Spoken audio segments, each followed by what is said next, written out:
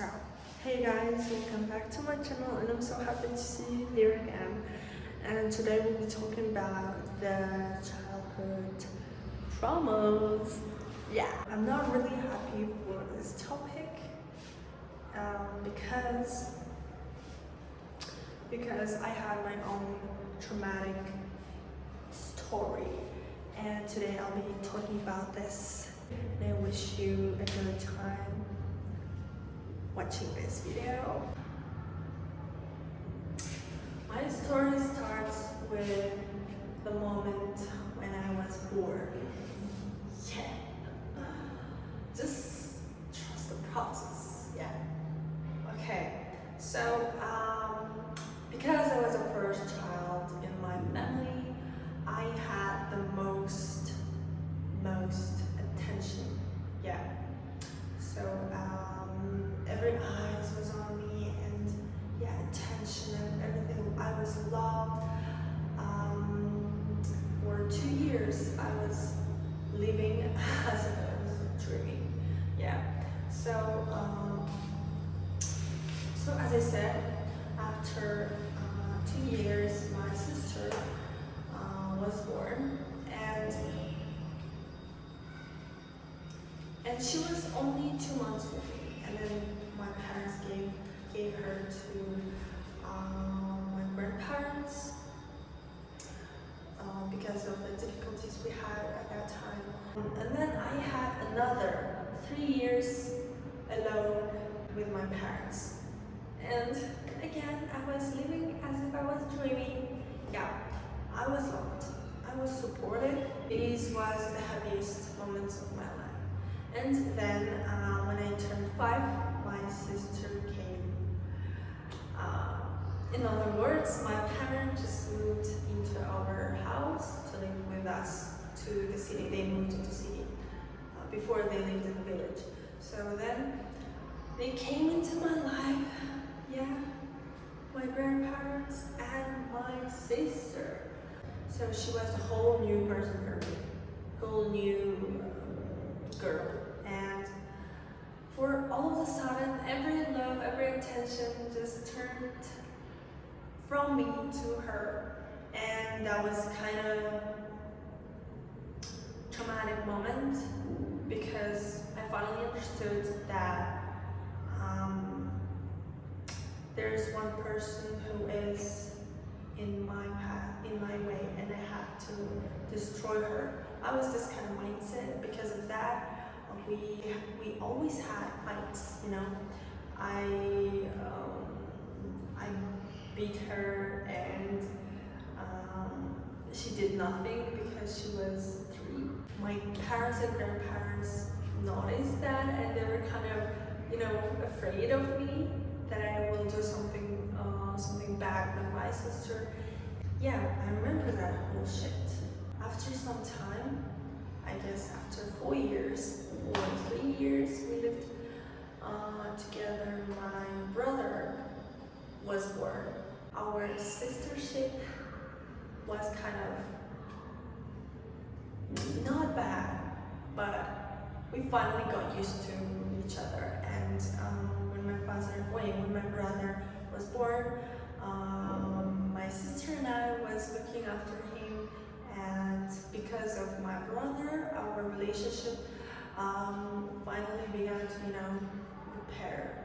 But despite that moment, I remember that I had this thoughts that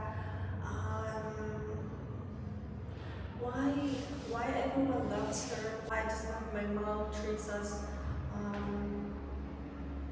so differently. This kind of thoughts just lived with me for all my life. So this negative thoughts of my sister, that she will turn everyone against me, and I'm the imposter, and she's the one who caught everyone's attention, and she will be the one who will be loved, and I will be the one who have been betrayed. And this kind of negative thoughts just, you know, constantly appeared in my mind, and because of that, I felt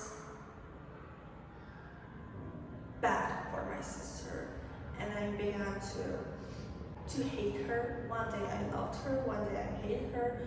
So I was kind of switching between these two.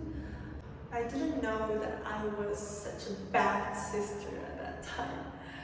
I just now I'm realizing this stuff. Of course, we had our friends, and my sister and I were always going in town and playing around and everything. And one day, one idiot said that phrase like, "Maria poops and Marcelo is the one who cleans her ass." At that time, I was kind of furious about this. This phrase just stuck in my head. And in the middle of the fights, I just shouted out this phrase to my sister, and she was kind of, "Why you said that? Why? I don't like this phrase too." This was so bad. I can't say that I hated her with my whole heart. I remember that when I had this negative experience with my friends, I went back to my sister to cry and say everything, and she was the one who supported me so much. There were actually positive moments, actually supportive and funniest, and this happy moments. But I just constantly and completely forgot them. I completely forgot them because I was so focusing on the bad things of my sister, that she brought this bad hour or 2 hour house, and I was convinced by this negative thoughts that she was the one who has to be, the impulse. When I turned 10, we moved to a new house. Because we moved to a new house, we had to adapt to a new environment and everything. So because we had each other, my sister and my brother and everything, we adopted so quickly.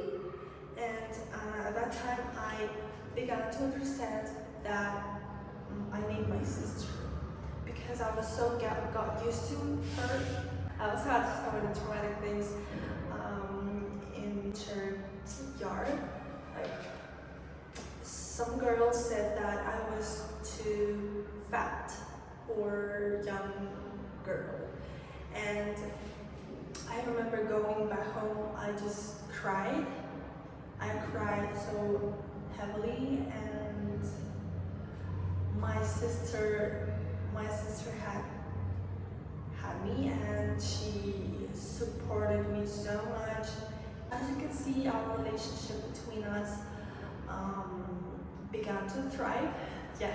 So then we just completely forgot about our conflicts. Then after a while, something just triggered me so much.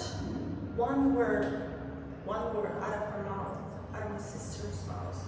And I was so, I don't remember the word actually, but I shout out so many things to her that I was hating her for so much time. And it wasn't true.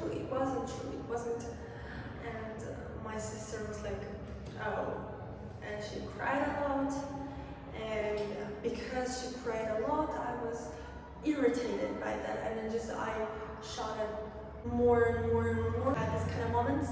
Despite this moments, I remember I loved her so much and she loved me, but this unsolved problems just constantly from time to time appear in our lives, and it was kind of really hurting, both for me and for my sister. After when we moved to a new house, she finally let her inner voice to speak up, and she said that she wanted to leave this house forever for me to feel finally better. Because I remember I was blaming for everything my sister, that she was the only one who was guilty for this, because you just came into my life and you were just ruining my whole life. I remember I said said it so many times, a million times. And she said that I was so convinced about this idea and I wanted to leave her. By her, I mean I was shocked. I was shocked. And I realized I was a bad sister. I was a really bad sister. And I sat on the internet and I searched for how to be a good sister. I finally started to change. But this triggering one word always got me, and we got on a fight again. This whole stuff was kind of a paradox. We was always spinning, and spinning. We couldn't get out of this cycle. We moved to a new house again after some time, some years, and now I'm finally realizing that my sister is the only one who will stand up for me for the rest of my life, because she's my own blood and everything. Yeah. The goal of this video was only to warn you guys to treasure your sistership, brothership. Yeah. At the end of the day, they are the only ones who will stay behind you, who will stay next to you. The only thing I wanted to say that don't blame everything except you. To be honest, I understood the idea of this phrase. And I was the only one who was guilty for all of these fights, because I was the one who created this, because I craved for the fight, because I loved it, because I loved to shout at my sister. That's so bad, that's so horrible, so awful. Recently we had so many conversations, honest conversations. This like when we open our inner child and our inner voices, and we finally broke that misconceptions and misunderstandings that appeared constantly. Thank you for watching me, guys. Thank you for your likes and everything. Gosh, what I said, what I just said. So validate your relationship between your sisters and brothers. Don't blame them. Don't. And again, thank you for watching and love you guys so much.